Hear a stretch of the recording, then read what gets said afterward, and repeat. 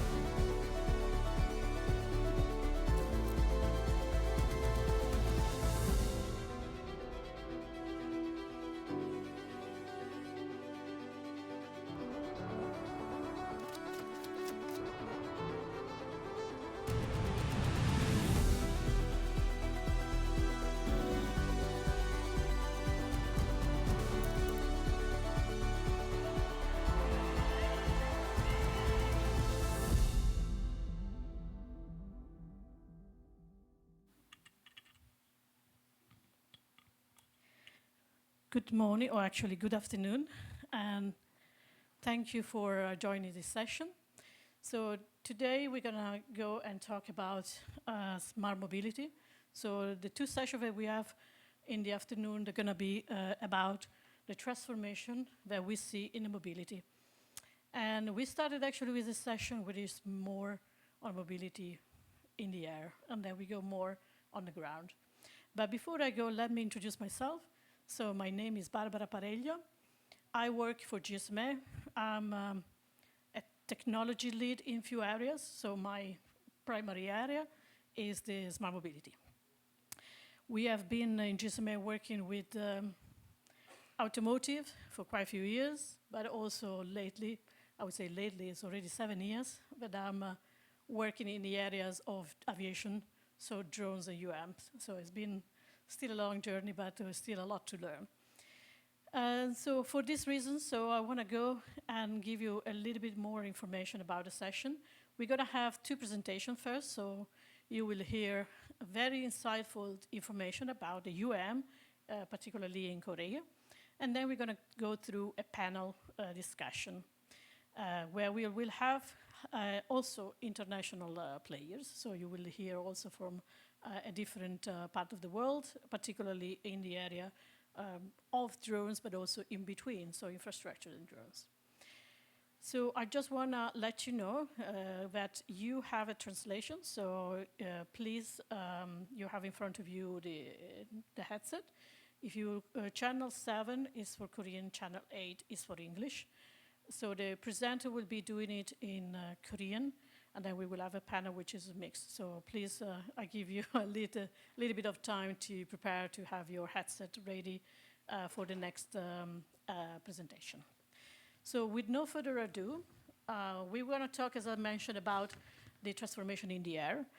You probably have noticed that there's a lot of discussion now how the aviation is going to transform. It's going to be also becoming a bit more, let's say, close to us, so the usability of the service, shorter journeys, but also we're going to see that it's going to be more sustainable. So we see a transformation in UAM, particularly for eVTOL, so electrical vehicle with a vertical takeoff. I always say it's like, it looks like a little bit like an helicopter, but it's in between, so it does like a plane, small plane or helicopter. But it has a lot of different advantages that we will hear also what is happening. Not only the regulations is completely new, or we are just at the beginning of the journey. So you will hear a lot about what they're doing and why it's needed to be done. But I want to just then start introducing the first presenter. So we're going to go with the first speaker is going to be Don Vuxeo, that is work for LGU+. So just to give a brief information about him, is currently part of the Future Mobility Technology team, which is under the CTO, and he serves as a leading developer, which is driving the UAM solution. So he's particularly interested in the UAM traffic management domain, also focus on a safety-driven, efficient resource allocation in high-density environments. Seamless traffic flow, big data-based traffic demand estimation, and predictive technology for component replacement. So can you please give it a nice applause for Don Vuxeo? Please, over to you. Thank you very much.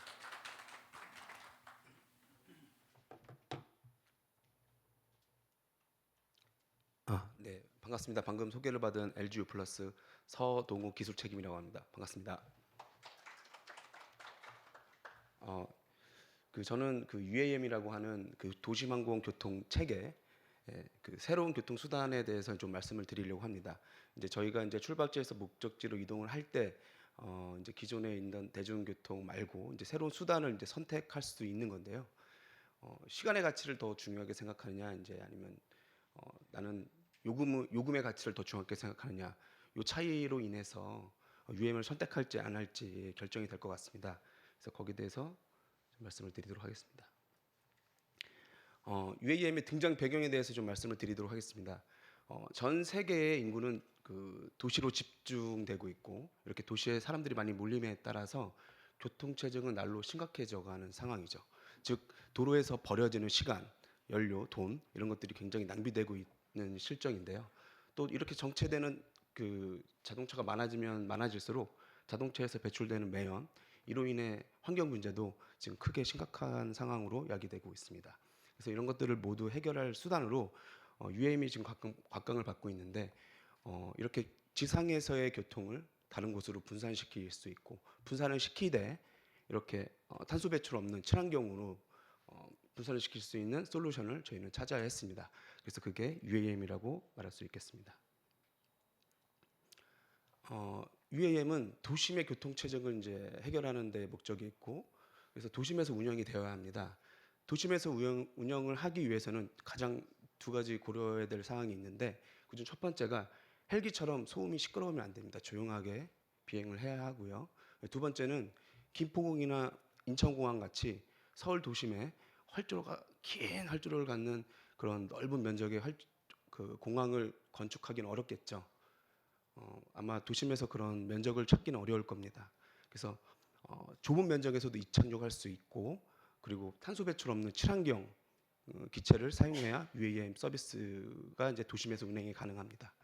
그래서 UAM은 EV톨이라고 하는 전기 동력을 사용해서 친환경이고, 그리고 전기 동력을 사용하니까 그만큼 소음도 줄어들겠죠. 그리고 수직으로 이착륙할 수 있어서 좁은 면적에서도 이착륙을 할 수 있습니다. 그래서 UAM은 도심에서 운영하기에 가장 적합한 솔루션이라고 말할 수 있겠습니다. UAM은 기존 여객기와 좀 다르게 공항 이착륙할 수 있는 공항을 버티포트라고 이제 명명합니다. 버스로 따지면 뭐 터미널이라고도 할 수 있죠. 그래서 버티포트와 버티포트 사이를 회랑이라고 하는 이렇게 하늘길로 연결을 합니다. 그래서 EV톨이 이렇게 회랑을 따라서 안전하게 비행을 해야 하고요. 이렇게 회랑을 따라서 안전하게 비행을 할 수 있는 역할을 하는 게 UATM이라고 하는 UAM 교통관리 시스템이 되겠습니다. UAM은 다른 드론과 여객기와 좀 다르게 300에서 600m의 고도로 비행을 할 수 있고, 회랑과 회랑 사이에 이렇게 300m, 600m 사이에 하늘길을, 회랑이라고 하는 하늘길을 연결해서 비행을 하게 됩니다. UAM은 다양한 서비스로 활용을 할 수가 있는데요. 잘 알고 계시는 뭐 여객, 운송, 아니면 물류 배송, 아니면 재난이나 공공 상황에서도 쓰일 수 있고요. 그리고 레저나 관광 목적으로도 고려가 되고 있습니다. UAM에 대해서 경쟁력에 대해서 좀 말씀을 드리려고 합니다. 제가 가장 많이 듣는 게, 그럼 지상의 교통 체증이 심하면 그걸 다른 곳으로 공중으로 분산시켜서 원활한 교통 흐름을 만드는 데 목적이 있다면 헬기로 하면 되는 거 아니야?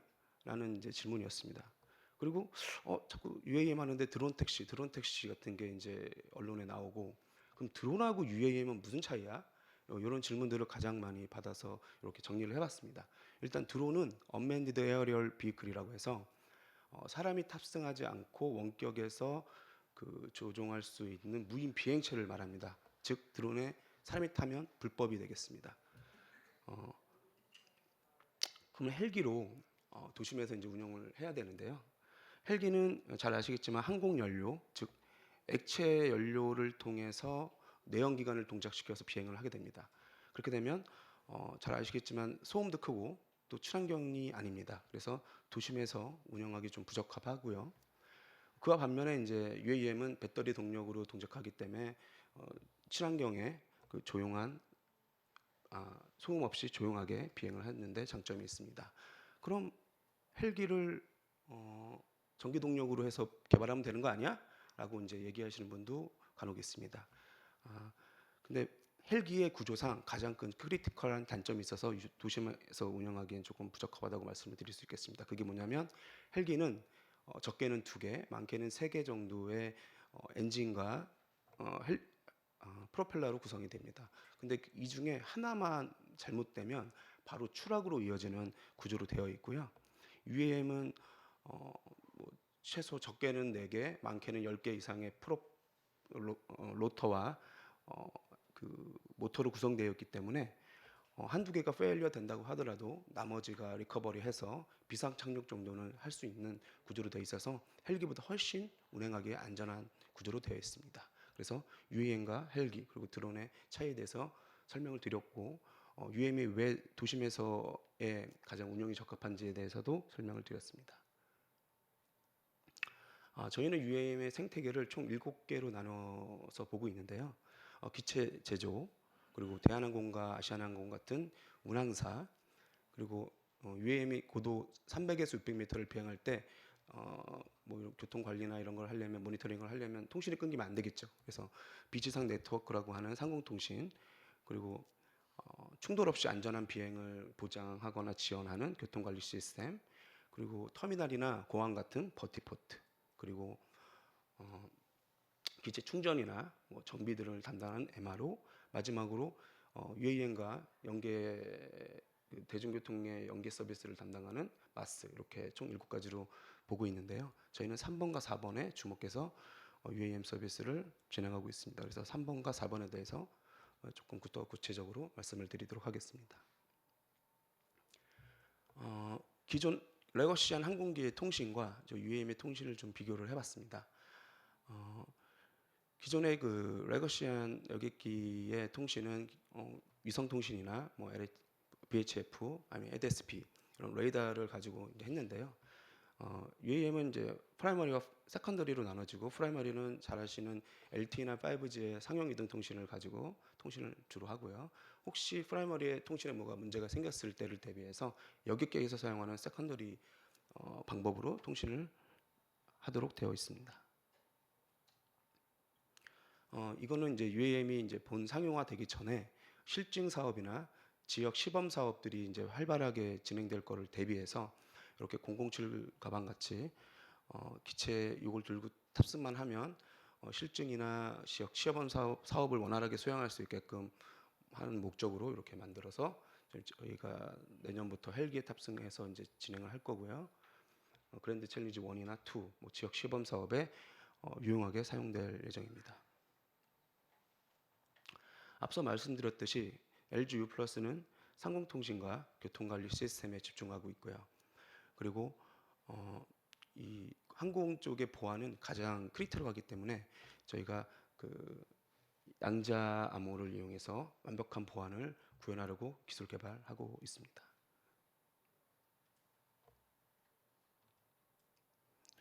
교통관리 시스템의 주요 3가지 기능에 대해서 이제 말씀을 드리려고 합니다. 첫 번째는 비행 계획서 관리입니다. 운항사로부터 비행 계획이 작성돼서 저희에게 전달이 되면 저희는 비행 계획에 문제는 없는지, 혹시 사전에 잡혀 있는 비행 계획에 또 중복돼서 비행을 하지 않는지 이런 것들을 자동으로 체크하고 승인하게 됩니다. 즉 비행 전에 충돌 없이 안전하게 스케줄링하는 작업이라고 생각하시면 될 것 같습니다. 두 번째, 교통 관리 시스템인데요. 사전에 잘 짜여진 비행 계획대로 이제 비행을 할 때 실시간으로 교통을 모니터링하고, 그리고 혹시 경로상으로 비행하지 않고 경로를 이탈하거나 혹시 이탈하려는 조짐이 보이면 바로 경고를 줘서 경로를 따라 안전하게 비행하는 것을 지원하고 있습니다. 그 앞서 1단계에서 아무리 치밀하게 잘 짜여진 그 비행 계획을 세웠다고 하더라도 비행 기차가 많아지거나 혹은 복잡해진 비행 절차를 준수하다가 이제 뭐 비행 계획에 꼬임이 발생할 수 있습니다. 그래서 비행 중에도 충돌이 예상되는지를 항상 체크하면서 교통관리를 진행할 예정입니다. 그리고 교통관리에 있어서 통신이 끊기면 안 되겠죠. 그래서 항상 상공통신 품질에 대해서 관리하는 기술도 개발 중에 있습니다. 교통관리 입장에서 가장 중요한 리소스는 회랑이라고 하는 하늘길입니다. 그래서 하늘길이 주어졌을 때 저희는 이 리소스를 어떻게 효율적으로 배분하고 운영할지에 대해서 고민을 했고, 수직 및 수평으로 이런 회랑을 분리를 시켜서 각각의, 이게 하나의 자동차로 따지면 차선이라고 생각하시면 될 것 같습니다. 그래서 차선당 고유한 아이디를 부여해서 그 기체들을 다 안전하게 트래픽시키고 간격을 둬서 비행을 시킬 예정이고, 물론 그 차선의 간격은 국가나 아니면 항공청에서 RMP라는 기준이 수립되어야지 이 차선 간격이 정해지게 됩니다. 그럼 RMP 기준이 세워지면 저희는 이런 RMP 기준에 맞게끔 이렇게 수직 및 수평 분리를 해서 안전하게 기체를 비행하게 유도를 할 것이고요. 그리고 요거는 이제 파일럿용인데요. 이렇게 회랑의 중심에서 얼마나 벗어났는지, 즉 회랑의 중심을 따라 잘 비행하고 있는지를 실시간으로 모니터링할 수 있는 내비게이션도 준비를 하고 있고요. 혹시 모를 뭐 헬기나 여객기가 저희 UAM 공역이 들어왔을 때 이를 빨리 디텍션하고, 그리고 여객기의 예상 루트를 표출해주면서 혹시 지금 UAM 기체와의 충돌이 예상되는지, 만약에 예상된다면 시간과 그 지점은 어딘지를 이렇게 교통관리 시스템에 표출을 하고요. 그리고 대항 경로도 신속하게 운항사 및 파일럿에게 제공을 해서 충돌을 사전에 예방을 하는 시스템을 연구를 하고 있습니다.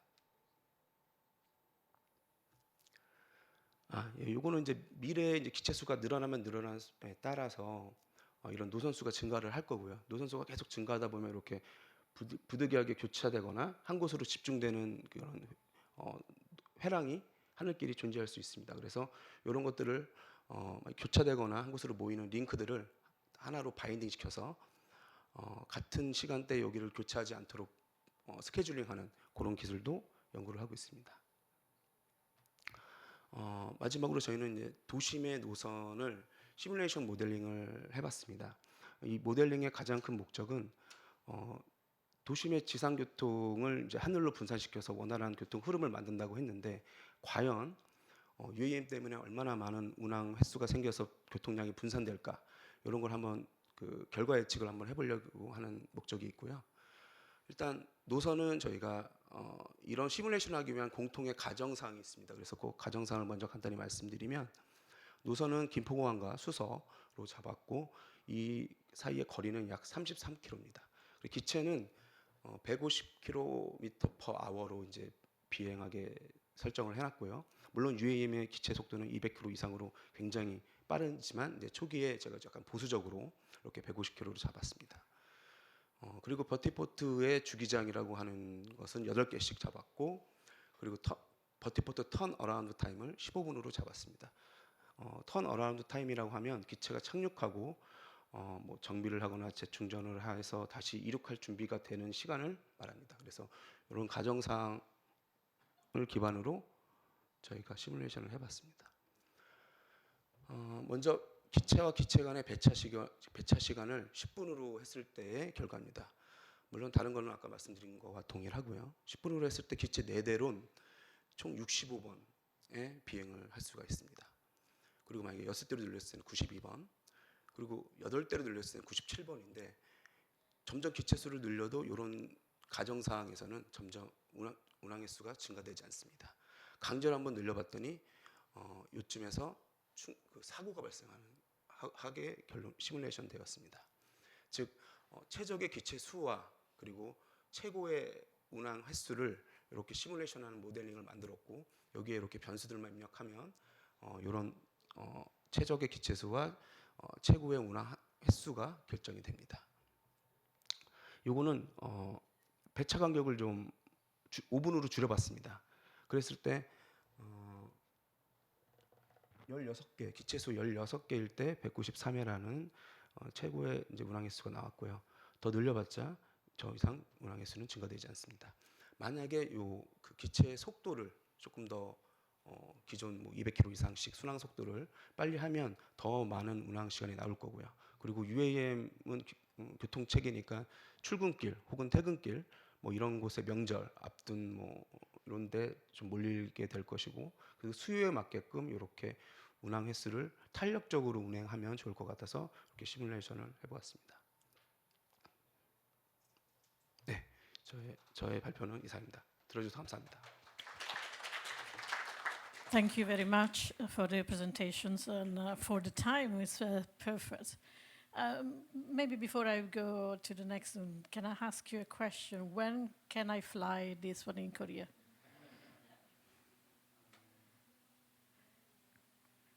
Maybe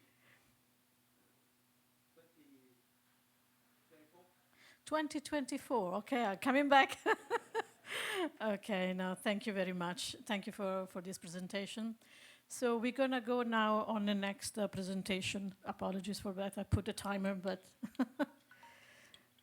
so we are going to have another very interesting presentation. This time is from Jong-ji Kim from the SK Telecom team. He's pilot business leader of the team. And he's actually been working in SK Telecom for 20 years, so you have a very extensive knowledge on the telco sector. So I'm very interested to see now the presentation that you're going to give in a second and your view on UAM also. So thank you very much for that. The floor is yours. 안녕하십니까. SK텔레콤에서 UAM 비즈니스를 맡고 있는 김정일이라고 합니다. 반갑습니다. 오늘 드릴 말씀은 크게 주요 동향과 그 SK텔레콤이 UAM 비즈니스를 어떻게 준비하고 있는지에 대해서 말씀드릴 텐데, 주요 동향은 앞서 이제 서동욱 책임께서 말씀을 주셨기 때문에 빠르게 스킵을 하고 주로 SK텔레콤이 어떻게 UAM 비즈니스를 준비를 하고 있는지에 대해서 말씀드리겠습니다.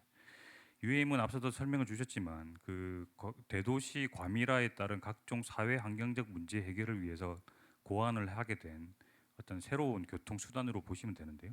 도심 상공을 저고도로 비행을 하면서 사람과 이제 그 화물을 운송하는 새로운 교통 체계라고 이해를 해주시면 됩니다. 그래서 지금 현재 전 세계적으로 eVTOL이라고 하는 그 전기 동력 수직 이착륙기의 개발 유형이 크게 세 가지로 지금 보시는 바와 같이 지금 나눠지고 있습니다. 그래서 각각은 어떤 각각의 장단점을 가지고 있기는 하지만 이 세 가지 유형으로 지금 압축돼서 eVTOL이라는 기체가 만들어지고 있다라고 이해를 해주시면 될 것 같고요. 크게 eVTOL의 기술적 특징은 여기서 보시는 바와 같이 6가지가 있습니다. 그 수직 이착륙 특징, 빠른 속도, 저고도, 배터리 동력, 조소음, 안전성이 있습니다. 이 6가지 특징은 새로운 어떤 기술적 특징을 말씀드리는 것이 아니라 eVTOL이 반드시 갖춰야 될 기술이라고 보시면 돼요. 그렇게 이 기술을 갖추지 않으면 UAM이라고 하는 것이 사실상 성립이 되지 않습니다. 말씀드린 대로 도심에서 저고도로 빠른 속도로 비행을 해야 되는 기체이기 때문에 반드시 갖춰야 될 특징이라고 유념해서 보시면 될 것 같고요. 이 부분은 UAM에 대해서 제가 앞서서 eVTOL이라고 하는 기체 중심으로 말씀드리긴 했지만 이 UAM은 그 보시는 바와 같이 기체 제조하는 플레이어뿐만 아니고 서비스를 제공해주는 사업자, 그리고 인프라, 버티포트라고 불리는 인프라를 구축해주는 사업자, 그리고 정부와 지방자치단체가 같이 생태계를 만들어서 어울려서 생태계를 만들어 나가야 되는 중우장대한 새로운 항공산업의 관점으로 이해를 해주시면 될 것 같습니다. 그래서 대한민국 정부는 이 UAM이라고 하는 새로운 신산업에 대해서 글로벌리 리더십을 가져가기 위해서 지금 엄청난 많은 노력들을 기울이고 있는데 UAM 특별법이라고 하는 부분을 지금 입안을 해서 각종 규제 특례들을 마련해주고 사업의 어떤 진행 속도를 빠르게 하기 위한 지원들을 하고 있습니다. 그리고 국가 주도의 그 UAM 상용화에 필요한 각종 기술들에 대한 R&D 과제들을 현재 민간 업체들과 같이 수행을 하고 있고, 마지막으로 그랜드 챌린지라고 하는 국토부 중심의 실증 사업을 올해 23년 8월부터 개시를 시작을 했습니다. 그래서 SK텔레콤은 그 아래 보시는 바와 같이 우선 23년 8월부터 내년 24년 12월까지는 고흥에서 그 개발지 오픈된 플레이스에서 1단계 실증을 시작을 할 예정이고, 그 이후로는 서울 도심으로 와서 도심 비도심 지역에서의 실질적인 그 UAM 운영과 운항이 필요한 실증들을 해 나갈 예정입니다.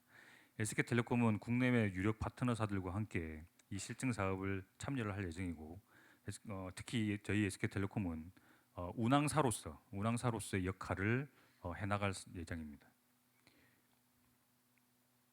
네, 이 부분 뒤에서 다시 자세하게 말씀드리겠습니다. 그렇다면 SK텔레콤은 이 UAM 사업을 지금 어떻게 준비를 하고 있는지에 대해서 말씀을 드리도록 하겠습니다. SK텔레콤이 왼쪽에 보시는 것은 그 SK텔레콤이 지금 영위하고 있는 주력 사업들이라고 보시면 됩니다. 그 다들 아시다시피 SK텔레콤의 주력 사업은 유무선 통신이고 미디어 사업이고 엔터프라이즈 사업, AI 메타버스 사업들을 주력 사업으로 지금 하고 있는데, 지금 그린 색깔로 하이라이트된 커넥티드 인텔리전스라고 하는 영역은 그 의미는 저희 SK텔레콤 자체적으로 내린 정의는 사람과 사물을 아우르는 초연결 그 하이퍼 커넥티비티의 서비스를 제공해주는 새로운 신규 성장 사업 영역이라고 저희는 자체적으로 정의를 내렸고, 그 안에서의 주력 사업들은 UAM, 자율주행, 로봇과 같은 사업들이라고 보시면 됩니다. 그 중에서도 UAM에 대해서 저희 SK텔레콤이 전사적인 그 역량을 쏟아 부으면서 지금 현재 사업들을 만들어 나가고 있는데, 앞서 말씀드렸듯이 SK텔레콤은 이 UAM 비즈니스에서 단순하게 어떤 그 통신 서비스를 제공해주는 역할에 머무르지 않고 그 UAM 운항 서비스를 제공해주는 UAM 토탈 서비스 프로바이더로서의 위치를 차지하는 것을 목표로 하고 있습니다. 그래서 말씀드렸던 그 SK텔레콤의 어떤 전사적인 역량이 지금 UAM에 집결되고 있는데 뒤에서 잠깐 자세히 말씀드리겠지만 세계 최고의 어떤 기체, 그 조비 에비에이션에서 만들고 있는 이비톨 기체를 확보를 해서 전략적 파트너스 맺어서 확보를 해 나가고 있고 상공망이라든지 통합 마스 플랫폼 그리고 AI 기반의 어떤 수요 예측 모델 프로그램과 UAM 운항에 필요한 각종 운영 시스템들을 자체 개발하고 있습니다. 말씀드렸던 그 우선 그 파트너십에 대해서 말씀드리면 그 조비 에비에이션이라고 하는 이 업체는 현재 전 세계적으로 가장 앞서 나가고 있는 UAM 사업자라고 보시면 될 것 같습니다. 이 가장 앞서 나갔다고 말씀드리는 이유는 지금 보시는 바와 같이 이 기체가 지금 조비 에비에이션이 만들어낸 그 이비톨 기체인데 최고 항속거리가 지금 241km라고 지금 왼쪽 상단에 지금 보여지고 있습니다. 저게 지금 이게 과거의 자료인데 지금 업데이트돼서 한 278km까지 최고 항속거리가 지금 연장이 돼 있고 최고 속도가 순항 속도가 330km/h까지 나오고 있습니다. 이 숫자들은 단순한 이론적인 목표치가 아니라 아래에서 보시는 것 같이 실제 플라이 테스트를 약 2,000회 가까이 하면서 입증해 나가고 있는 숫자들이고 그런 부분들이 지금 옆에 보시는 이 업체들이 조비 외의 업체들은 글로벌리 탑 티어의 이비톨 제작 업체라고 보시면 됩니다. 근데 조비가 가장 앞서 나갔다고 말씀드리는 이유는 FAA라고 하는 미 연방 항공청의 그 기체를 만들면 안전성을 완벽하게 입증을 하지 않으면 인증을 받지 않으면 상용화가 불가능합니다. 그 FAA의 인증에 있어서 가장 빠른 속도로 빠른 프로그레스를 보여주고 있는 업체가 조비 에비에이션이라고 보시면 될 것 같고 그 조비 에비에이션과 저희가 전략적 제휴를 바탕으로 해서 그랜드 챌린지라고 하는 국내 실증 사업뿐만 아니고 대한민국에서 그 상용화를 같이 준비를 하고 있습니다. 국내적으로는 저희가 한국공항공사하고 하나시스템 그리고 팀의 모빌리티 등과 함께 저희가 컨소시엄을 맺어서 그랜드 챌린지뿐만 아니고 국내 상용화 그다음 각종 국가 R&D 국책까지도 공동 참여해서 상용화를 지금 준비를 하고 있고요. 유력 지자체와도 같이 상용화를 준비를 하고 있습니다. 저희가 제주도에서는 관광용 UAM 사업을 현재 준비 중에 있습니다. 그리고 부산, 경남 같은 경우도 남해안 관광벨트 사업 중심으로 UAM을 적용을 할 예정이고 대구 같은 경우는 저희가 한국도로공사라고 하는 한국의 고속도로를 관리하는 공기업이 있습니다. 그래서 그 도로공사와 함께 고속도로의 트래픽 관리라든지 아니면 지자체의 어떤 산불 감시 그리고 응급의료 수송이라든지 이런 부분들의 공공용 서비스로 UAM 사업들을 상용화 준비를 하고 있습니다. 이후로는 저희가 이제 그 UAM 사업을 위해서 필요로 하는 기술적인 에셋들을 지금 어떻게 준비를 하고 있는지에 대해서 말씀드리겠습니다.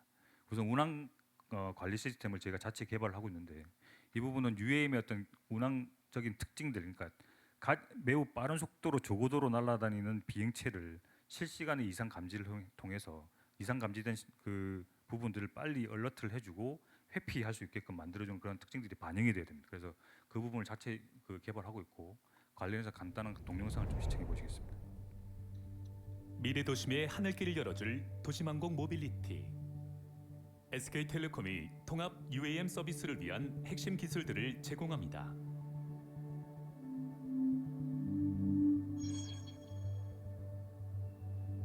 승객은 SK텔레콤의 UAM 예약 서비스인 티맵을 통해 출발지와 도착지 및 이용을 원하는 시간을 지정하여 UAM을 예약할 수 있습니다. 승객의 예약 정보는 운항관리 시스템으로 전송됩니다.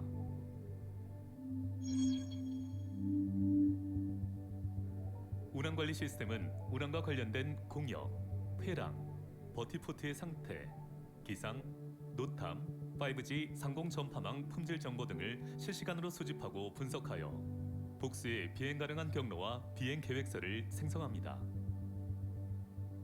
4DT 경로 추천 기술과 사전 안정성 검증을 통해 안전하고 빠른 경로를 자동으로 선정하고 경로 지점별 정확한 도착 시간을 예측하여 비행 정시성을 제공합니다.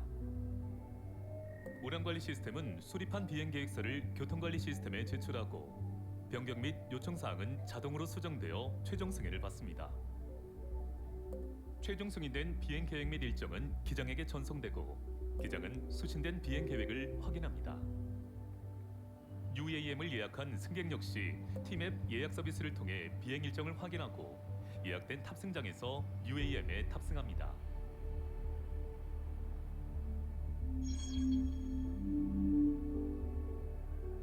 SK텔레콤의 AI 기술을 통해 적어도 도심지상에서 항로 이탈, 충돌 등의 위험을 사전에 인지하여 안전한 운항을 지원합니다.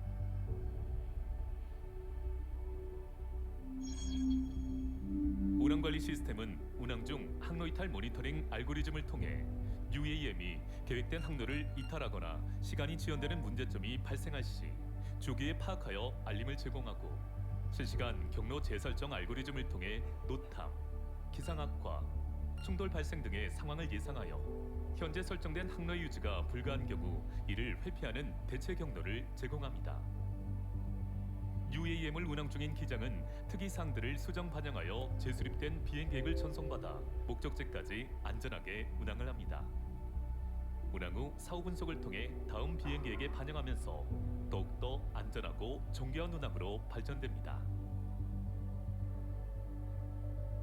SK텔레콤은 안전하고 편리한 통합 UAM 서비스를 통해 미래 모빌리티 시대를 선도하겠습니다. 네, 다음으로는 그 SK텔레콤 이동통신 기술을 활용해서 그 UAM 상공망에 대한 선행 기술들을 지금 검토를 하고 있는데 앞서서 그 말씀을 또 주시긴 했는데 지금 그 UAM의 통신 체계는 기존의 항공의 통신 체계뿐만 아니고 이 5G나 그 6G와 같은 이동통신망을 활용한 항공 통신 체계를 지금 개발을 하려고 하고 있습니다. 그래서 이에 대한 부분들도 SK텔레콤이 먼저 선행적으로 그 기술적인 검토들을 지금 진행을 하고 있습니다. 마스 플랫폼 역시 지금 그 저희 관계사인 팀의 모빌리티라는 회사와 같이 준비 중에 있는데 사실은 이 UAM이 아무리 혁신적인 그 교통 체계라 하더라도 고객 입장에서는 이용하는 승객 입장에서는 이 UAM에 접근하기 위한 퍼스트 마일과 라스트 마일까지의 그 심리스한 그런 그라운드 모빌리티 연계 서비스가 이루어지지 않으면 이 UAM 자체의 밸류는 사실은 그 쓸모가 없어지는 겁니다. 그래서 저희는 팀의 모빌리티와 함께 차별화된 마스 플랫폼도 같이 준비 중에 있습니다. 또한 그 SK텔레콤은 그 대한민국 전 국민의 그 이동 데이터들을 보유를 하고 있고 그 분석을 기반으로 한 차별화된 서비스들을 기획을 해 나가고 있습니다. 이동 데이터를 보유하고 있고 분석한다는 의미는 그 어떠한 유형의 고객분들이 어떠한 목적으로 어떤 시간대에 출발을 해서 어떤 교통수단을 이용하시며 최종 목적지에 얼마만큼 체류를 하시고 다시 언제 컴백을 하실지, 컴백을 하실 때는 어떤 교통수단을 이용하실지에 대한 모든 패턴들을 다 분석을 할 수 있습니다. 그래서 그 분석 역량을 기반으로 처음에는 저희가 버티포트의 최적 입지를 분석을 할 예정이고 그 이후로는 저희가 실제로 UAM을 상용화한 이후로는 어떤 그 최적의 기체 운영 전략과 다이내믹 프라이싱 정책까지도 이런 데이터 분석을 기반으로 해낼 준비를 하고 있고 실제로 앞서 말씀드렸던 제주도라든지 서울시에 저희가 이 데이터 그 분석 프로그램을 기반으로 해서 버티포트의 입지들을 분석을 해서 제공한 바가 있습니다. 마지막으로는 그 이 UAM이라고 하는 부분이 어쨌든 새롭게 등장하는 교통수단이고 이 새롭게 등장하는 교통수단은 아무리 기술적인 발전을 가지고 있다 하더라도 그걸 실제로 이용하시는 대중들의 수용성이 없다고 하면 이 교통수단으로서 채택이 불가능합니다. 그래서 지금 저희 SK텔레콤은 앞서 말씀드렸던 그런 전략적인 파트너사들과 함께 대중적인 수용성 제고를 위해서 여러 가지 활동들을 진행을 하고 있습니다. 마지막으로 말씀드리고 싶은 것은 저희가 말씀드렸던 그 그랜드 챌린지라고 하는 실증 사업을 통해서 UAM에 대한 안전성뿐만 아니고 운항 효율성이라든지 이 모든 것들을 다 검증을 해낼 예정이고 그것을 기반으로 해서 저희가 25년 말에 아까 바바라가 이제 질문을 주셨는데 대한민국 최초로 저희 SK텔레콤 컨소시엄에서 25년 말에 17제 그 고객들이 탑승하시는 UAM 서비스를 상용화할 예정입니다. 네, 감사합니다.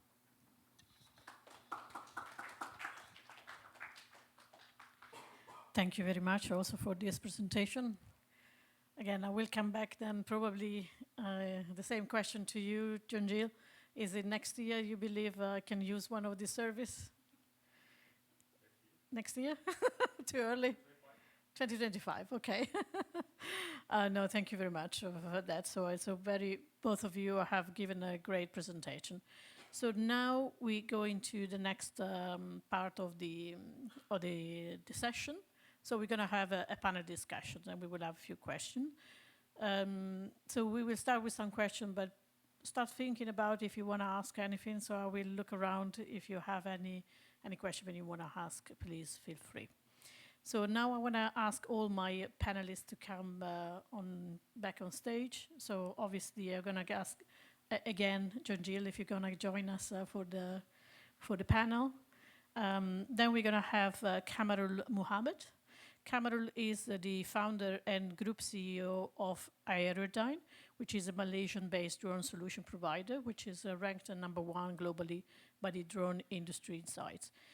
With a team of over 1,000 people professional now across 45 countries, Aerodyne specializes in a range of enterprise drone solutions, including automation in agriculture, autonomous swarm technology for security and surveillance, and delivering critical assessment management insights and enabling last-mile drone delivery. So thank you, Kamarul. Please, if you want to join us on the stage. Then we're going to have also Mitchell Williams.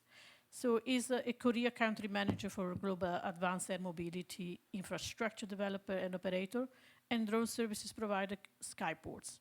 He oversees both the company infrastructure and drone services operation.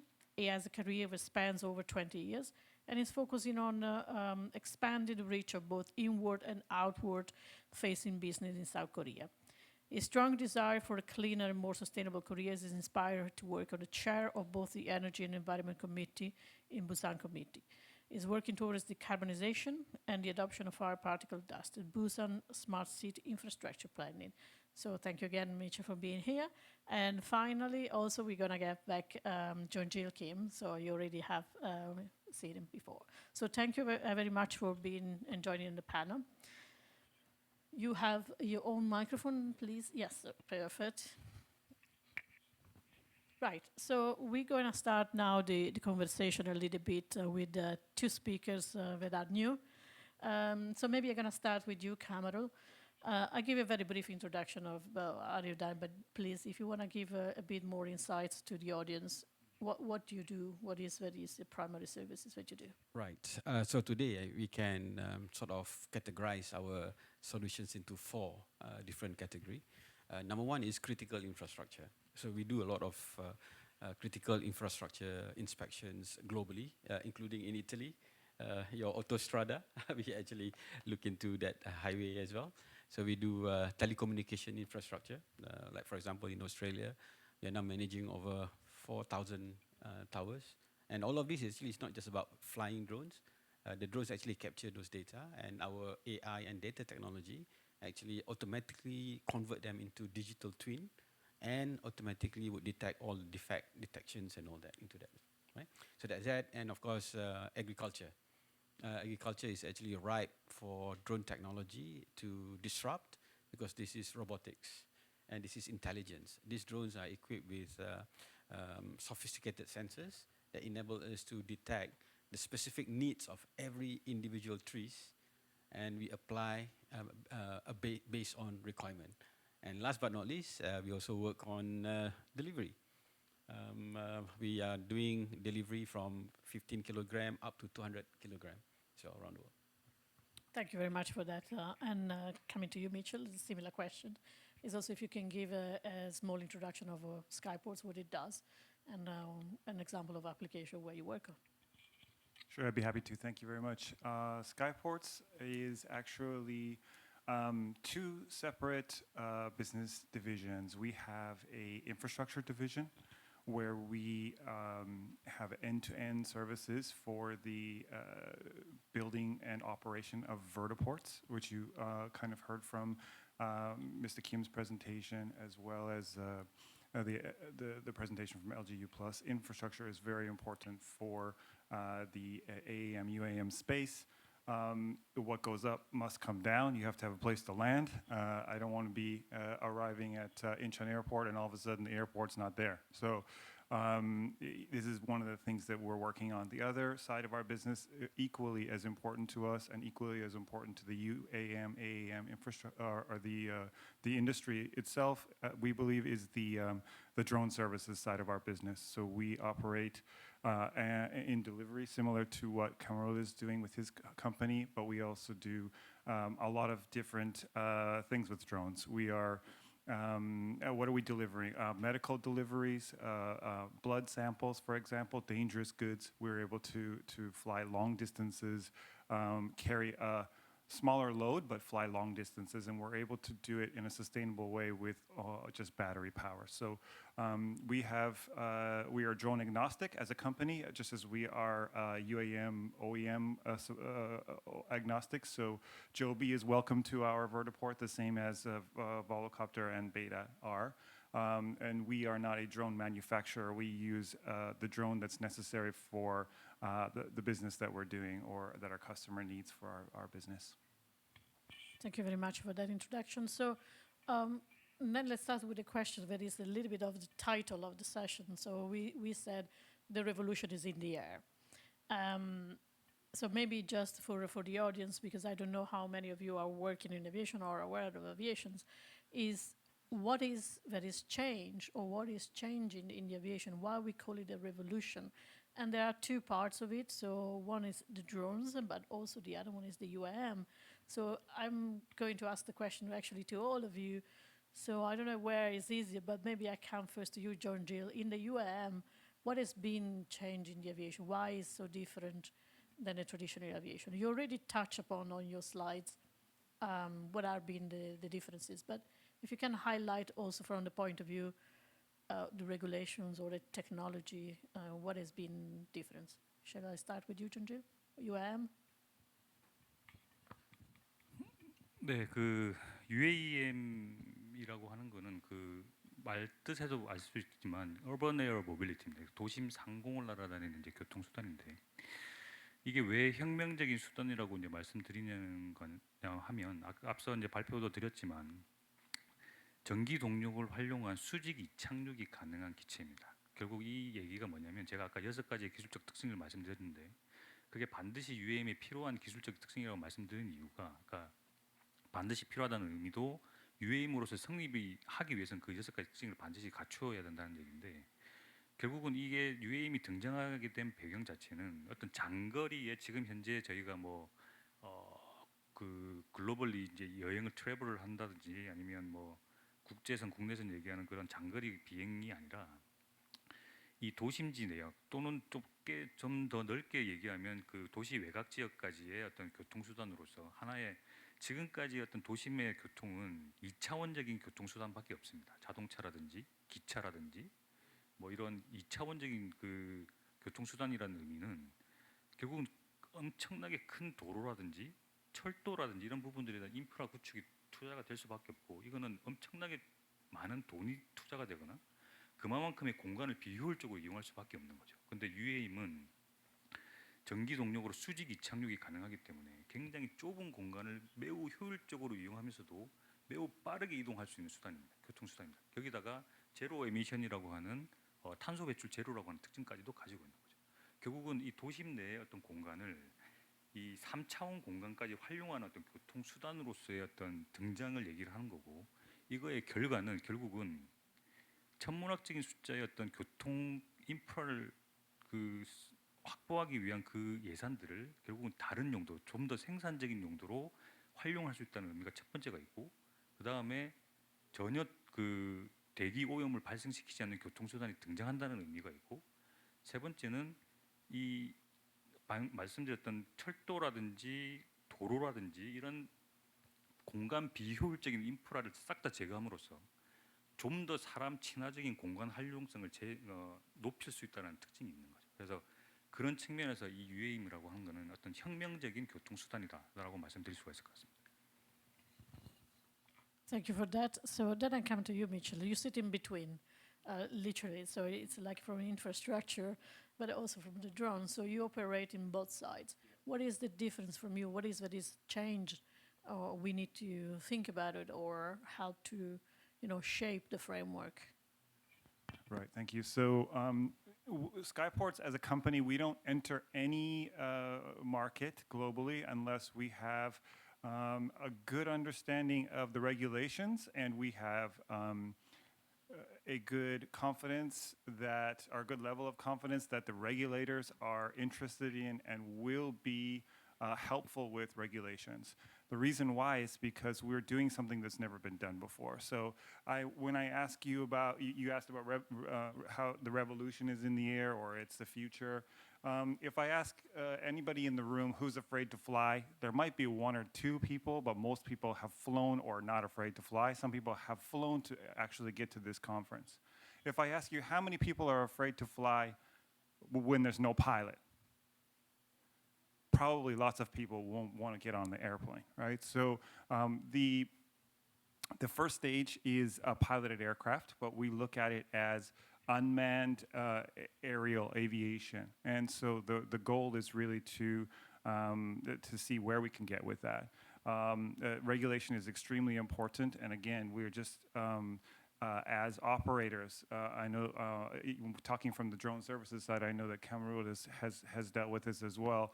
We are smashing into a wall every single day because this has never been done before. So it's like you want to deliver something, well, we don't have any way to do that. How do we understand? The regulators want to understand how it actually works.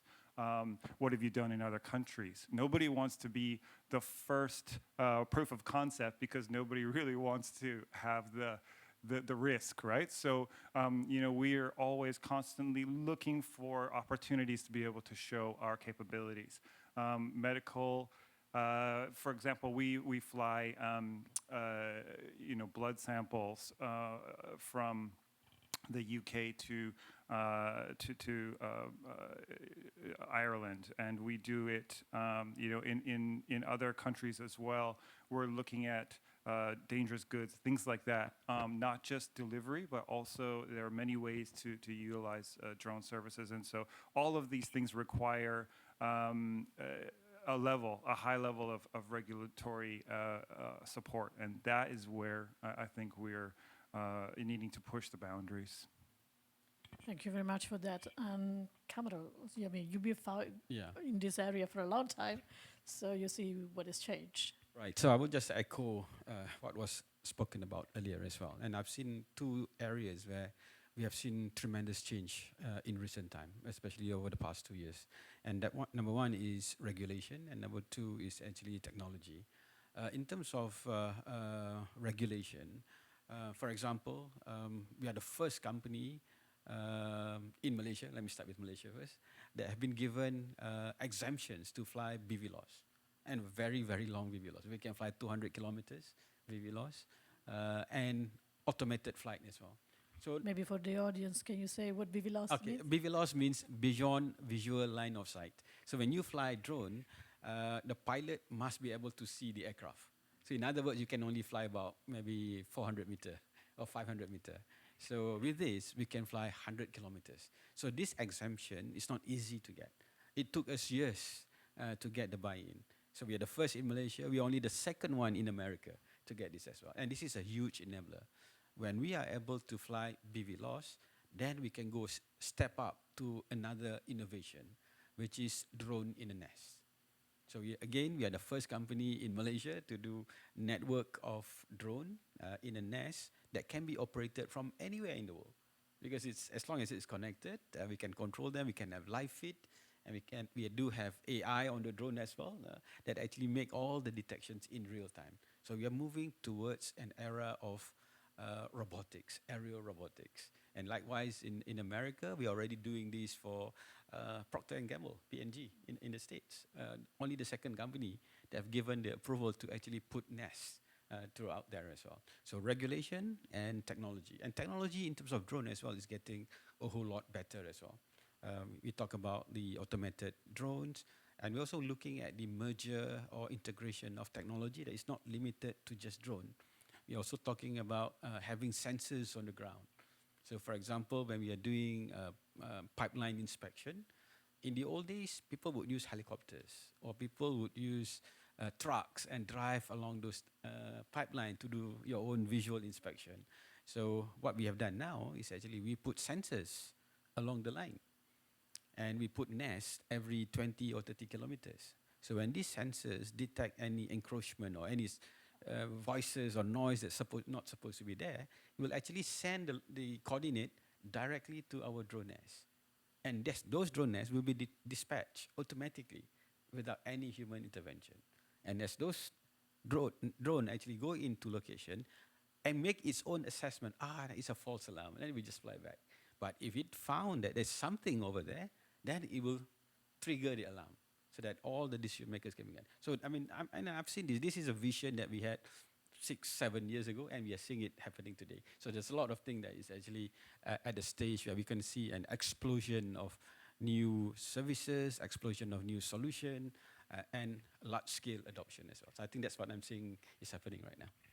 Yeah, one of the things that you mentioned is that is very important is the regulation on all across, the area. But we also see that is the difference of a traditional aviation. I believe it's also that there's a lot of startup joining now to work in this area. But it's quite traditionally a slow environment. So startups, I guess, are also struggling to navigate and survive in this environment. But we need them. So we need them because otherwise this revolution would not happen. So, so coming back maybe to you, Mitchell, when we talk about UAM, we saw that you fly from an airport, for example, to the central Seoul, or you are not anymore bound to the traditional, locations for the airports, which means you can potentially land anywhere. But in order to provide a service, as John Jill mentioned, we need an infrastructure and we need the human aspect, so the user interface for booking and doing everything. From the infrastructure point of view, because Skyports is quite involved, what is it needed to build up like a heliport? What is it that you require to actually create a heliport anywhere? Yeah, it's a good question. A lot of people see a lot of, there are a lot of renders, a lot of drawings about what a vertiport looks like. All of them are very cool looking. They're extremely large. And when we think about that as from a operator perspective, it doesn't make a lot of sense to us for them to be that big. We want people to be waiting in a vertiport for maximum 15, hopefully around 10 minutes. How many of you wait for a taxi for longer than 5 minutes, right? We want this to be a service where our operators, our OEMs, are able to land and take off with, very quickly. And to be able to do that, we need to be able to, even in the industry, we need to standardize what we have at the vertiport. So, for example, Volocopter may remove the whole back of their aircraft to be able to just replace it with another rear cone which has the battery in it, so it's already charged. So they don't have to sit there and wait to charge, for example. We have to have that at our vertiport. Then we have to have, the battery charging station with the correct connectors for the Archer Midnight or the Joby aircraft. It's all, there needs to be some standardization in the industry. There also needs to be a regulatory support. Of course, we sit on many boards writing the laws and the regulations around how this is actually going to happen. As a company. And then, third, I think is really the community. It's people wanting to actually utilize this service and feeling that it's safe, right? So for me, I say I want this to be like, this is a really exciting place. You guys are here to hear about things that you've probably never heard before, to understand what's going on in the industry. If we were talking about a 747, nobody would have come, right? I want it to be that boring, so that means that we're actually doing well. That means that we're at a place where people are willing to actually get on the aircraft and fly. That means that we can have a business. And so these large vertiports, for parking multiple aircraft, it's necessary. But from an airside operation perspective, we want it to be extremely compact. You want it to be able to go through it very easily. Not like a traditional airport, but to be able to just go through security very simply and board and leave. Okay, that's very interesting. As you mentioned, indeed, there is a certain standardization needed, like for the cars, for the vehicles, on the charging stations, what is the power needed, and so on. So, so I hope we will see soon also happening there. Then I'm gonna go ask one question, then I'm gonna come to you to see if you have anything you wanna ask. So John Gill, then maybe I'm gonna come back to you, and you presented that you said that you wanna be like a UAM operator, so you're not just doing connectivity. There are a lot of parts included in this full service. Some of them you're partnering, some of them you do yourself, so it's a bit of a combination of both. But maybe can you share some learnings, how difficult was to think what to do and how difficult it was to get here? There is anything you want to share that has been, learnings or a good, positive and negative, maybe it's up to you. 네, 우선 여러분들이 다 아시다시피 SK텔레콤은 항공 사업을 영위해 본 경험이 없습니다. 그래서 항공 사업을 처음 준비하는 입장에서 사실은 모든 하나하나가 다 챌린지고 지금 다 어려움들입니다. 다만 저희가 지금 이 사업을 준비를 해 나가면서 어쨌든 이 UAM이라고 하는 부분은 우리 미셸도 설명을 주셨긴 했지만 아직까지 상용화되지 않은 아직 미생의 어떤 산업이라고 보시면 됩니다. 그 얘기는 무슨 말이냐면 규제부터 시작해서 모든 이 사업에 관련된 하나하나의 제도 그리고 정책 이런 부분들이 인프라 이런 모든 부분들이 이제부터 만들어 나가야 되는 산업입니다. 그래서 이게 비단 SK텔레콤만의 어떤 챌린지나 부담이 아니라 UAM 산업을 만들어 나가는 모든 이 생태계에 참여하고 있는 이해관계자들이 지금 겪고 있는 챌린지라고 보시면 됩니다. 다만 SK텔레콤 입장에서 지금 가져왔던 레슨스 런드라고 말씀드리면 결국은 제가 UAM이라고 하는 산업이 아까 제가 프레젠테이션을 드릴 때 이비톨이라고 하는 하나의 기체 중심의 산업이 아니라 이 기체 제작사뿐만 아니고 서비스를 제공해주는 이 서비스라고 하면 어떤 운항 서비스 제공자뿐만 아니고 마스 플랫폼 서비스 제공자 그리고 인프라도 버티포트 구축하는 플레이어, 버티포트를 또 오퍼레이션하는 플레이어, 버티포트 오퍼레이터가 필요하고 버티포트 내 각종 충전 시설이라든지 보안 시설을 또 구축해주는 플레이어들.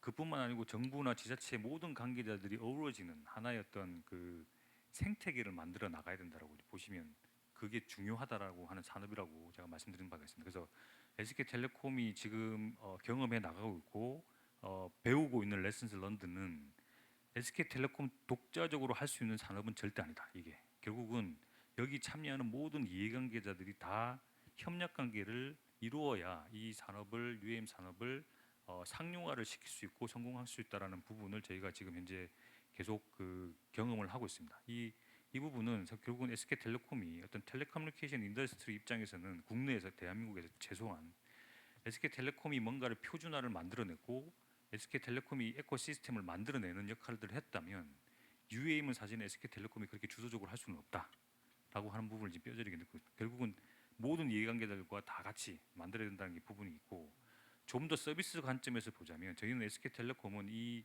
앞서 말씀드렸지만 UAM 산업을 항공 산업 관점에서 접근을 한다고 했으면 도저히 시도를 할 수 없는 산업입니다. 왜냐하면 업력이 없기 때문에. 근데 저희가 이 SK텔레콤이 UAM 산업을 접근하는 방식은 UAM이 항공 사업이 아니라 차세대 모빌리티의 혁신 서비스 관점에서 접근하고 있습니다. 이 모빌리티 관점에서 접근한다고 하면 SK텔레콤이 최소한 대한민국에서는 가장 앞서 나가는 IT 기업이고 가장 잘할 수 있는 부분이라고 생각하고 있습니다. 근데 이 모빌리티라고 하는 부분은 결국은 UAM만 독자적으로 스탠드얼론으로 서비스를 제공해서 될 부분이 아니라 같이 말씀드렸지만 그 퍼스트 마일과 라스트 마일의 지상 모빌리티의 심리스한 연계 서비스를 제공해 주지 않으면 이 UAM의 가치가 없어진다고 제가 말씀드린 적이 있습니다. 결국은 이 마스 플랫폼과 UAM 서비스가 같이 하나로 어우러지고 결합이 되어서 된 제국 서비스를 제공을 해야 이 UAM 서비스를 제대로 고객들에게 제공할 수 있다라고 하는 부분들을 지금 현재 SK텔레콤 그리고 그 사업을 맡고 있는 실무적으로 맡고 있는 제가 느끼고 있고, 그래서 그 부분도 소홀함이 없이 저희가 팀의 모빌리티라고 하는 관계자와 같이 마스 플랫폼도 같이 저희가 차별화된 어떤 그 경쟁력을 갖추기 위한 노력들을 진행을 하고 있습니다. Thank you very much for that. Yeah, it's very important to point out, indeed, that we need to work together. Otherwise, we'll not be able to go quickly, first of all, but also do the right thing. And more of us work in the same area. We can also have something to prove and convince that we can do the right thing. So I'm going to look around if there is anyone that wants to ask a question. Yeah, we have a microphone. Any volunteer, anything you want to ask? So I just maybe I ask the question that you asked, Mitchell.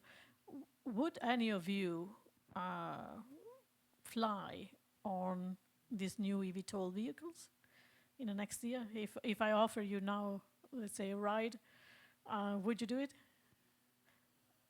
Only have one taker, two taker, three. Okay, still have some work to do. So this is the first thing, and it's piloted. But have you ever? Who of you has flown with an helicopter? Who has already been in the helicopter? 1, 2, 3. It's not many. Okay, so it's gonna be probably, at least that's the dream that we are trying to work. It's gonna be more affordable. That's for sure, because this is one of the important things that we want to also touch upon. The business has to be making sense. So all of the stakeholders have to have a return on investment.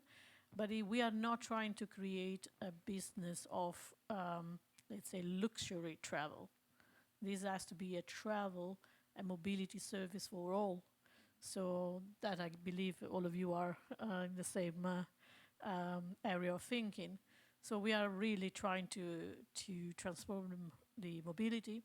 I have more seamless mobility. You go from my taxi, I take the taxi, then I take an eVTOL, and you do everything on the same reservation system, and it's quite easy and simple. So soon, I hope we will see that happening. Going back, maybe then, if you think to other question, please feel free. I will come back again to you. On the drones, so let's look at maybe on the drones and have a question to both of you, Mitchell and Cameron, since you are operating also in different countries.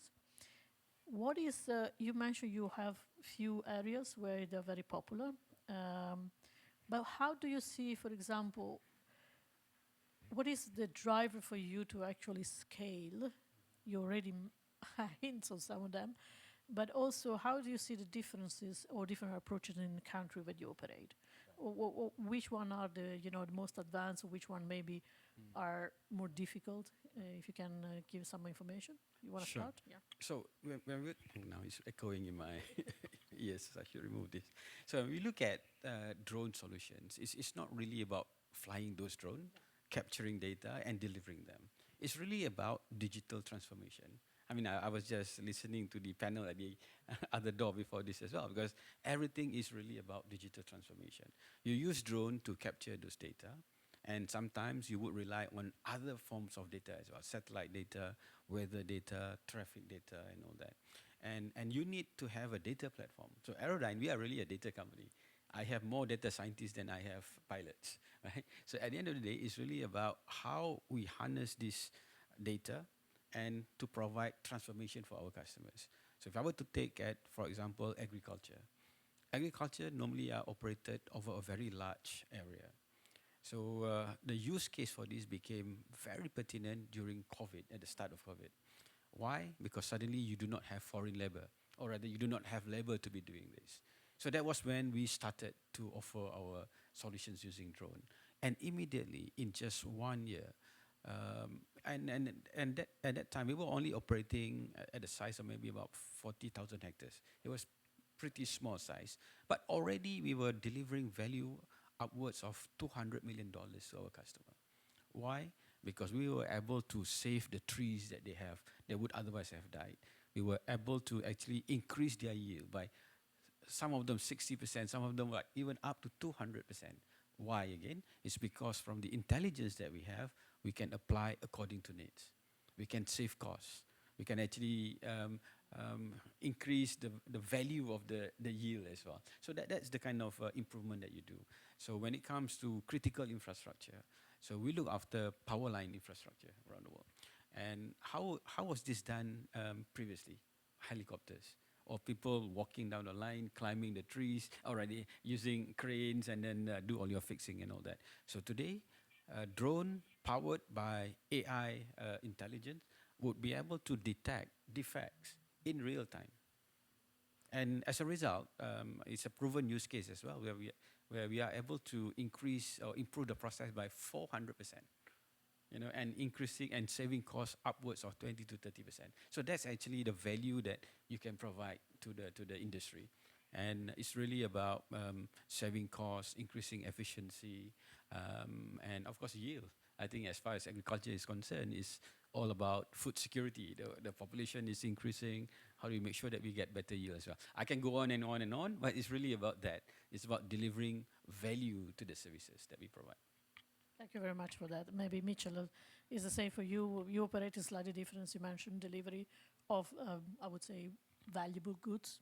So how do you see let's say, getting to this scale? What do you need, and where are the countries are, and different way you operate? So first of all, to get to scale, you need to be able to operate multiple drones for one remote operations center, multiple drones for one pilot. So we have remote pilots who are able to fly these drones thanks to SK Telecom and companies like that are able to provide us with LTE networks. We fly our drones on the LTE network. We have fail-safe and backups on the GPS and different things like that. At Skyports, we are working with the government to be able to establish a remote ID. Remote ID means that you can find the drone anywhere. We're flying out 90 kilometers out over the ocean, for example. Why is that necessary? Because we want to be able to know that for what we call ConOps, or concept of operations, when a certain aircraft is flying at a certain height, another aircraft is flying at a maybe a higher or lower height, we want to be able to detect and avoid. It doesn't seem like much, and I understand that. It doesn't seem like much when the drone is small or the drone is unable to do a lot. But there are a lot of drone manufacturers that would love to do something bigger. It's just that the industry is not ready for it yet. And so what we need to be able to scale is we need people to be able to feel comfortable with the drone, okay? And we also need to be able to operate multiple drones per remote pilot. I can fly just like he can fly, 50 drones from an office in the United Kingdom, in Korea. As long as I have a cloud, as long as I have LTE, I can fly it from anywhere in the world. So that in itself is pretty cool, right? The fact that we can fly 200 kilometers with a ultralight aircraft is also very cool. So the thing that I think is really important to be able to to be able to move forward is really that. And I think that when you ask about like countries that are difficult to operate in, Korea is one. So, for example, like we want to fly. You asked, okay, when is UAM, AAM going to begin? JK wants to fly a Joby aircraft and operate a Joby aircraft over Seoul in 2025. The other gentleman said 2024. You guys won't even let me deliver you coffee in Seoul. It's the regulations for flying over top of people are not ready for that. So would you rather have, you know, a large aircraft flying over? I mean, when we see a helicopter, and this is what I talked about before, it's like, it's boring, right? We see a helicopter, we don't even think about it. Oh, why? Because it's certified. It's been around for years and years. It's not going to fall on my head, right? When I see a drone, even if it's a small one, I wonder, okay, what are you taking a picture of? How am I going to get that data? What are you trying to steal from me? These kind of things, right? So all of this needs to be, from the public perspective, improved, and that takes time. But it also requires, you know, support. And so I think when you guys see drones and you see things that start to deliver goods, e-commerce, last mile, also think about what the middle mile looks like. Because I have a drone that looks like an airplane that you can put 200 kilograms on, you can fly it 400 kilometers. That means I could get you the dress that you want to wear for your special event when you're in Busan. I can fly it from Seoul. You order it on your app, and I can fly it from Seoul to you in 2 hours, and you'll be able to get it that day. You don't have to wait for 2 days for this type of delivery. More importantly, you know, we could get a medicine to remote areas, which is what we're working on now. So those kind of things are necessary to be able to scale this business and to stay in this business. And finally, we're going to use drones to create those air corridors. That's why our company, Skyports, works with AAM, UAM, and we also work with drone services. We have to draw the lines in the sky. We have to create the highways in the sky first, and we're using smaller aircraft to be able to do that. Flying BVLOS, we're flying beyond visual line of sight, flying on the cloud. We're doing that in 13 different countries right now. We have the ability and the permissions to fly BVLOS in 13 countries. It's not easy to do. We have it in Korea finally as well. But again, I can't fly from Busan to Seoul because there are, you know, military airspace that I have to avoid. There's, you know, people. So what can we do? We can fly over the highway, for example. I feel much more comfortable flying over top of a car than over a person. People also feel that way. So there are highway networks all the way up to Seoul. Let's look at that. Let's look at opportunities to try and understand how we're going to do it. Thank you for that. So I know we're running out of time, but there's a lot of needs to be also looked at, as you mentioned. You hint of like a remote ID. Why do we need it? Well, because you want to manage an airspace in automated fashion, so not having a person telling you, I'm here.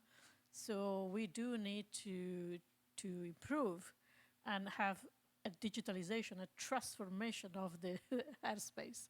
So these are all steps that are happening. And we see it obviously as a, let's say, stepping stone for the drones, because they are with no pilots. So there is no other options. From the UAM, we have a step in between option, because we started with the pilot, but the intent is also to go unmanned eventually. So that is also one area. As you mentioned, the UAM is for passengers first, but it doesn't mean you have a heliport. Why can't you use it for cargo? Can't you use it with cargo, but you still need a pilot, or can I go without a pilot? So there's a lot of things that have to happen also in the regulation. We talk about conspicuity. We talk about being visible. We talk about primary link, as you mentioned, secondary link or third link, in order of redundancy. We talk about risk assessment, and all this area. It's funny enough, we went from 2 minutes to 30 seconds, but so I want to just maybe to conclude with all of you, just a closing remark. So what is that you maybe feel that we have to work together? So, and there are a lot of areas where we need to work on, because as we mentioned, this is new, it's completely new. And it's also important that we choose to do the right thing at the right time and together. So, and it's difficult because we should be able to do it globally. but even locally it's difficult. So maybe one comments of each of you, what you think we should focus for this year, for 1 year together. So yeah, in summary to what we talked about earlier, actually the trigger point for all of this to happen is for us to have 4 things: technology, service provider, regulation, and public acceptance. Even we have all of this, if public are not willing to step on an unmanned aircraft, it won't happen as well. So I think we need to focus in all these 4 things. Yeah, I would add integration to that, system integration. So you can have a vertiport, but then how do you drive to it? How do you park at it? And what is the customer journey like? Integrating that into the regular ecosystem is going to be really important. In working with, this is such an exciting area to be in. In my career, it's the most exciting that I've ever been in. I've been in, in conferences where like-minded people are actually talking about different things, and everybody feels comfortable in the conference because we're all kind of from the same industry. But when you can speak to 5 different really extremely large organizations that have real invested interest in working with your company, when you can talk to the government and they actually care about what you're trying to do and they want to help you, it is very empowering. And so I want JK to succeed because we need somebody to land at our vertiports. So I'm going to help him succeed. We work with Joby in the US and in Dubai, for example, in integrating their systems into ours to be able to have them land and for us to be able to service them. Also, I want Cameroon to succeed because the more drone service operators there are, the more real it is to people, the more boring it will be. Thanks. Thank you for, and Jill? 제가 마지막으로 드리고 싶은 말씀은 결국은 다 앞서 이제 말씀 주시긴 했지만 일단 제가 말씀드릴 수 있는 건 표준화에 대한 협력이 필요하지 않을까라는 생각입니다. 뭐 미셸도 말씀 중에 이제 표준화에 대한 부분을 강조드리긴 했는데 이 UM이라고 하는 건 앞서 말씀드렸듯이 지금 사실은 모든 걸 하나부터 새롭게 만들어 나가야 하는 지금 산업이고 비즈니스인데 사실은 저희가 SK텔레콤이 UAM 서비스 오퍼레이터를 지향을 한다라고 말씀드리긴 했지만 이게 수익성이라든지 이런 결국은 profitability 관점에서 사실은 많은 고민들이 있습니다. 근데 이게 단지 이게 어떤 요금의 수준이라든지 수요에 대한 문제에 국한되는 게 아니라 버티봇 기체에 대한 표준화도 있을 것이고 버티포트에 대한 표준화도 있을 것이고 그다음에 고객이 또 탑승을 하고 내리고 하는 것에 대한 어떤 그런 일련의 프로세스에 대한 표준화도 있을 것이고 여러 가지 기술적인 표준화들이라든지 서비스 제도적인 표준화들, 프로세스의 표준화들이 다 필요합니다. 이 표준화가 제대로 정립이 되어야 결국은 그 모든 게 다 효율성이나 어떤 비용 절감, 코스트 세이빙과 직결되는 문제들이 수가 있습니다. 그래서 UAM이 일면에서 보면 하나의 어떤 로컬 비즈니스로 이제 보이긴 하지만 결국은 전 세계가 지금 같이 만들어 나가는 산업이라고 하는 입장에서 보면 로컬 비즈니스라 하더라도 그런 일련의 모든 것들에 대한 표준화를 같이 만들어내는데 협력을 한다고 하면 전 세계적으로 각국에서 영위하고자 하는 UAM에 대한 어떤 비즈니스의 어떤 그런 블루프린트들이 더 밝아지지 않을까 그렇게 생각이 됩니다.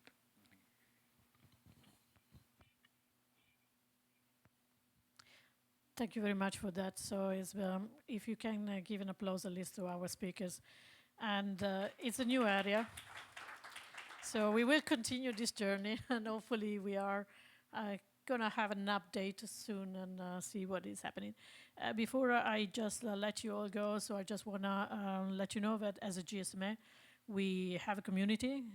We focus particularly in area of drones, so it's called the Drone Interest Group. But we also have a broader community which is in smart mobility, looking at all different aspects of mobility. As we mentioned, we're going to on the ground and soon in the water also, because we are seeing robotics automations crossover different parts of the mobility. So please feel free to look at our website and join the community. We also have a next session, so it's going to be starting soon. The next session will be still related to the mobility, but we want to look now the more traditional type of mobility. So we're going to be on mobility on the ground, look at the automotive transformation. So we will have also a lot of speakers there, so please come back if you're interested. With this one, thank you very much for being here and for listening to us, and thank you to my speakers. Thanks again. Ladies and gentlemen, please return your interpretation headsets to a member of staff. Thank you. Ladies and gentlemen, as you leave, please ensure you take all of your belongings with you.